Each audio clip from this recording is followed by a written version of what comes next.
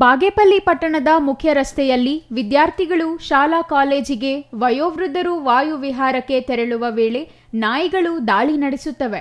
ಈಗಾಗಲೇ 5-6 ಮಂದಿ ನಾಯಿಗಳಿಂದ ಕಚ್ಚಿಸಿಕೊಂಡು ಆಸ್ಪತ್ರೆಯಲ್ಲಿ ಚಿಕಿತ್ಸೆ ಪಡೆದಿದ್ದಾರೆ.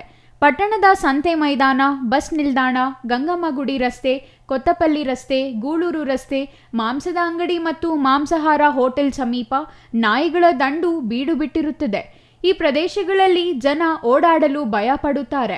ಹಗಲಿನಲ್ಲಿ ಸಾಧುವಂತೆ ವರ್ತಿಸುವ ಶ್ವಾನಗಳು ಬೆಳಗ್ಗೆ ಮತ್ತು ಸಂಜೆಯಾಗುತ್ತಿದ್ದಂತೆ ಮೃಗದಂತೆ ಕೆರಳಿ ನಿಲ್ಲುತ್ತವೆ.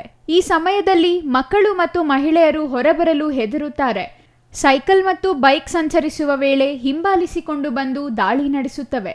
ಈ ಘಟನೆಯಲ್ಲಿ ಹಲವು ಮಂದಿ ಬಿದ್ದು ಗಾಯಗೊಂಡಿದ್ದಾರೆ. ಕಸದ ರಾಶಿ ನಾಯಿಗಳ ಮತ್ತೊಂದು ಅಡ್ಡೆಯಾಗಿದ್ದು, ತ್ಯಾಜ್ಯದಲ್ಲಿನ ಆಹಾರ ತಿನ್ನಲು ಶ್ವಾನಗಳ ಗುಂಪುಗಳ ನಡುವೆ ಕಾದಾಟ ನಡೆಯುತ್ತಲೇ ಇರುತ್ತದೆ.